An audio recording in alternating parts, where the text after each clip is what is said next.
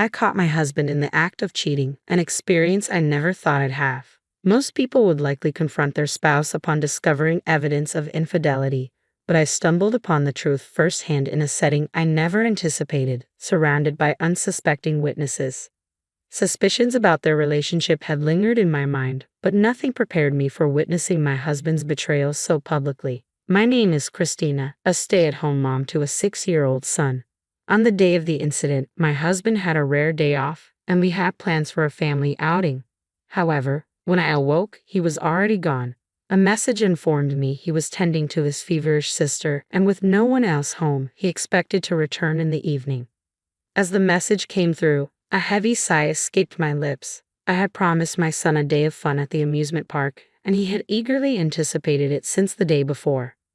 I knew my husband had been shouldering a significant workload lately, immersed in a major project for the past 6 months without respite. This day was meant to be a rare opportunity for our family to bond. Instead, he chose to attend to his sister's needs. She supposedly had a fiancé, rendering her capable of managing on her own. Yet my husband's penchant for playing caretaker to his sister prevailed. It wasn't the first time his sister's needs took precedence over our family plans. His fixation on his sister had always unsettled me. He once admitted that he was drawn to me because of my resemblance to her, coupled with my supposedly exceptional qualities. While I acknowledged his sister's beauty and kindness when I met her long ago, being likened to her always left me feeling uneasy. It seemed the highest compliment he could offer, but the underlying implications left me feeling uncomfortable. My husband used to express his desire for both a son and a daughter, often initiating intimacy. However, since the birth of our son, there's been a noticeable decline in our physical connection, to the point where it's non-existent now. Considering our youth and my husband's prior enjoyment of intimacy, suspicions arise that he may be seeking it elsewhere. Betrayal is one thing I could perhaps forgive, albeit reluctantly. But what troubles me more is his consistent absence, even on days off like today. Spending time with our child should be a natural inclination, yet he seems indifferent. Our son, deeply attached to his father, becomes distraught when he's absent. Despite ample opportunities, my husband fails to engage with our son, neglecting simple gestures like birthday gifts or attending school functions. Instead, he retreats to his room, engrossed in endless gaming sessions, disconnected from family life. If this continues, our once close father-son bond risks fading into unfamiliarity. I grew increasingly skeptical of my husband's claims about being engrossed in a major project, considering his prolonged absences from home. Seeking clarification, I reached out to a former classmate employed at the same company. Is my husband truly buried in work as he claims? I inquired, a hint of suspicion in my tone. My classmate chuckled before responding, absolutely not. If anything, your husband has earned a reputation as a window-side employee. He appears disinterested and clocks out on time every day. Confirmation of my suspicion sent a wave of realization crashing over me. It aligned perfectly with my observations. Despite purportedly leading a significant project, his modest salary and lack of exhaustion contradicted his narrative. Such inconsistencies only fueled my doubts about his fidelity. Frustration weighed heavily on me as I finished preparing breakfast. Glancing at the time, I furrowed my brow in concern. It was unusual for my son not to be up by 7 a.m., especially since he typically woke early. Now, it was already past that hour, and if we didn't hurry, he'd miss the nursery school bus. Hastily, I made my way to his room to rouse him. Entering his room, I found him still fast asleep. It's morning, sweetheart, time to wake up, I called out, expecting a swift response. Instead, all I heard was a strained groan. Alarmed, I reached out to touch his forehead and was met with intense heat. Anxiety surged through me as I gently shook his shoulder, urging him to wake. Mama, I can't breathe, he murmured weakly, his words sending a chill down my spine. Panic threatened to consume me as thoughts raced through my mind. With news of an outbreak at the nursery school circulating, dread seized me. Could my son be afflicted too? Reports of children succumbing to the illness only heightened my fear, and I dreaded the possibility of losing him. In a frantic bid for help, I reached for my phone, dialing my husband's number repeatedly. Yet each attempt went unanswered, leaving me to grapple with fear and uncertainty alone. Without a moment to spare, I bypassed waiting for an email response and reached out to my mother for urgent first aid guidance. With her nursing expertise, she was my go-to expert in moments like these. Swiftly following her precise instructions, I fashioned an ice pack and took my son's temperature, finding it alarmingly high at over 102.2 degrees Fahrenheit. Without hesitation, I dialed for an ambulance and tended to my son, ensuring he stayed hydrated while awaiting medical assistance. Concerned about the potential for heat stroke, as my mother had cautioned, I acted swiftly to mitigate any further risks. As the ambulance arrived, I faced the sobering reality that I couldn't accompany my son due to infection precautions. Left with no alternative, I hailed a taxi and hurried to the hospital where he would be treated. Throughout the ordeal, I persisted in attempting to reach my husband, despite knowing the futility of my efforts. Dishearteningly, my attempts went unanswered, prompting me to leave a desperate message online, clinging to the hope that he might see it and respond if he possessed a shred of responsibility. Upon reaching the hospital, I anxiously awaited outside the emergency treatment room, fervently praying for my son's swift recovery. Memories of losing my father in a similar emergency room flooded my mind, igniting fears of losing my son as well. As I grappled with the possibility of another devastating loss, my mother, a steadfast source of support, offered reassurance, her words a comforting refrain amidst the turmoil. An hour later, relief washed over me as I received news of my son's rescue. However, medical advice dictated a week-long hospital stay for his recovery, prompting his transfer to a hospital room. Despite the harrowing ordeal, my husband remained absent, compounding my sense of isolation. Determined to provide for my son's needs, I returned home the following day to gather essentials and decided to bring him some fruit as a gesture of care. Wanting to express gratitude to the doctor who had aided us, I made a detour past the emergency room, only to find chaos unfolding within its confines. Sensing I might be in the way, I postponed my visit to the doctor, turning to head towards my son's room. It was then that I witnessed a startling sight: a man and a woman on a stretcher, their bodies entwined as if caught in a bizarre embrace. The scene hinted at a precarious situation, one where they appeared to be joined together, perhaps a consequence of a mishap during intimate moments. I navigated the chaotic scene, my mind filled with sympathy for those caught in such a vulnerable predicament. The embarrassment of being transported in such a manner must be excruciating, I mused, attempting to pass by discreetly. However, my thoughts were abruptly interrupted as my gaze locked with that of a familiar face. Under ordinary circumstances, the encounter might have been merely awkward. Yet for me, it was nothing short of shocking. My husband lay on the stretcher, his expression betraying surprise at our unexpected reunion. "What are you doing here?" I blurted out, astonishment coloring my voice. Caught off guard, my husband stammered, well, I've caught my sister's cold," his words faltering in the face of my inquiry. Confusion clouded my mind as I grappled with the surreal coincidence of encountering my husband in the same emergency room where our son had been admitted just the day before. Questions swirled in my head as I watched him being transported, unclothed, alongside another woman. Who was she, and why were they together? Amidst my bewilderment, my gaze met the eyes of the woman accompanying my husband. Despite the chaos, a flicker of recognition sparked within me. Even in my state of disarray, I couldn't deny the truth staring back at me. This woman was my husband's mistress. As I glared at her, a familiar voice cut through the tumult, pulling me from my thoughts. "Why on earth is Christina here?" the voice exclaimed. Recognition dawned upon me. Of course, the woman beside my husband was none other than Brenna, his sister. Time seemed to stretch out endlessly as I processed the surreal unfolding of events. Suspicions of my husband's deceit had simmered within me, but I never anticipated this revelation. Even if he had come to check on our son, his entanglement with another woman, especially his own sister, was beyond comprehension. Despite the urge to confront them immediately, the sight of my husband and his sister being wheeled away on a stretcher forced me to restrain myself. I knew they couldn't evade scrutiny, so I resolved to address the situation later. Suppressing the surge of emotions, I redirected my focus to my son, the initial reason for my visit.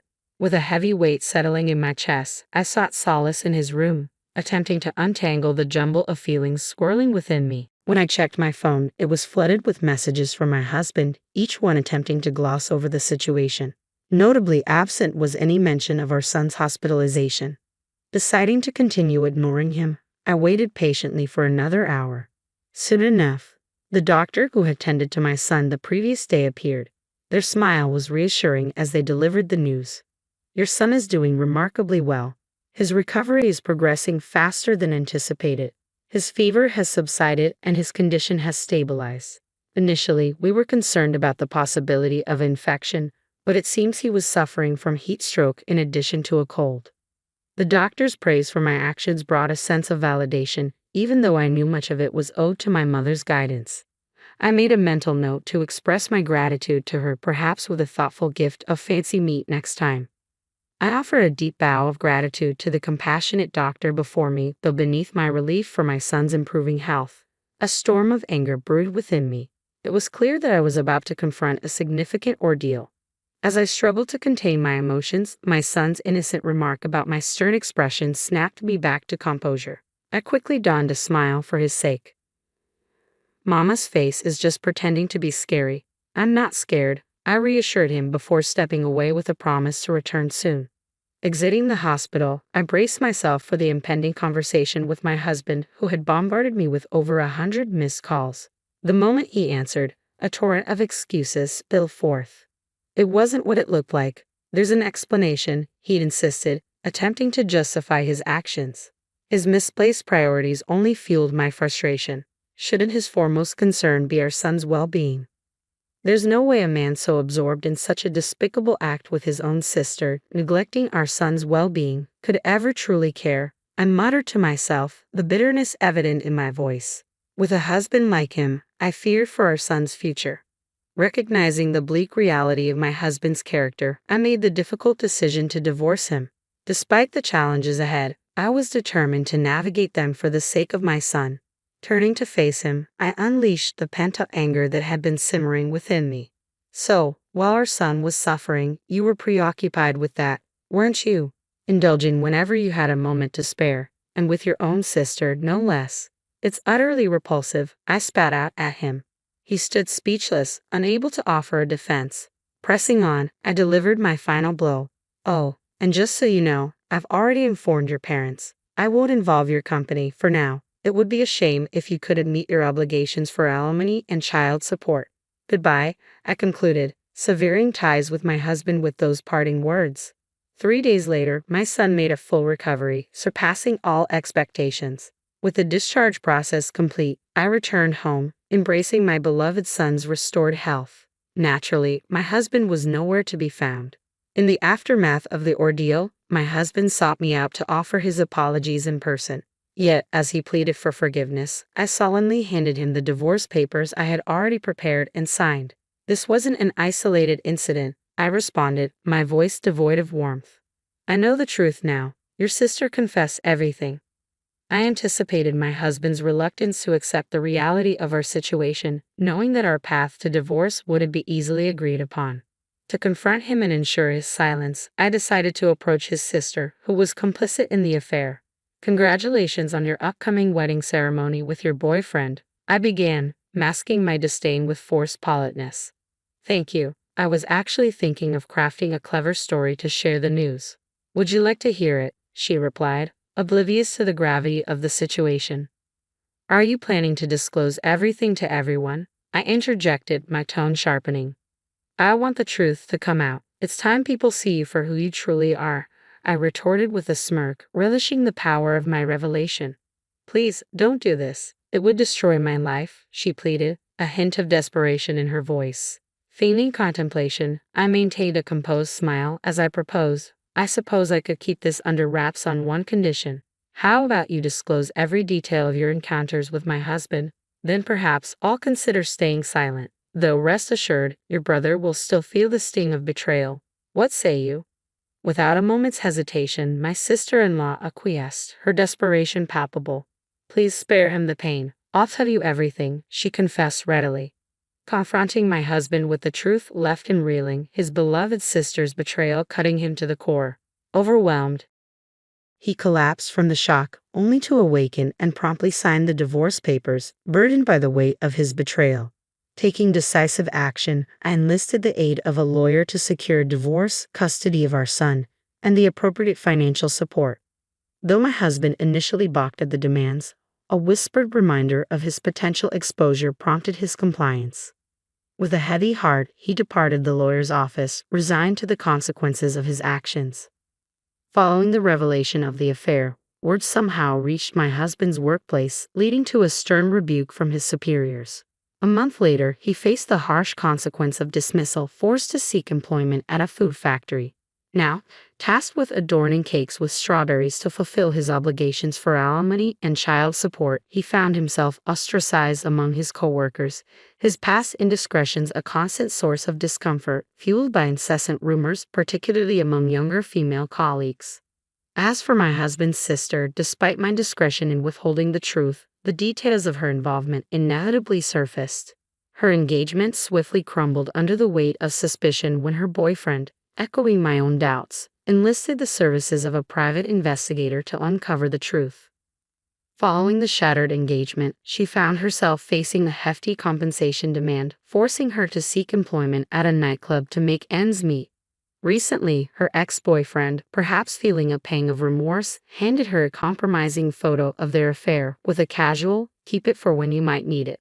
She couldn't help but marvel at his audacity as she stowed it away in her drawer, a potential leverage should her husband attempt any further indiscretions.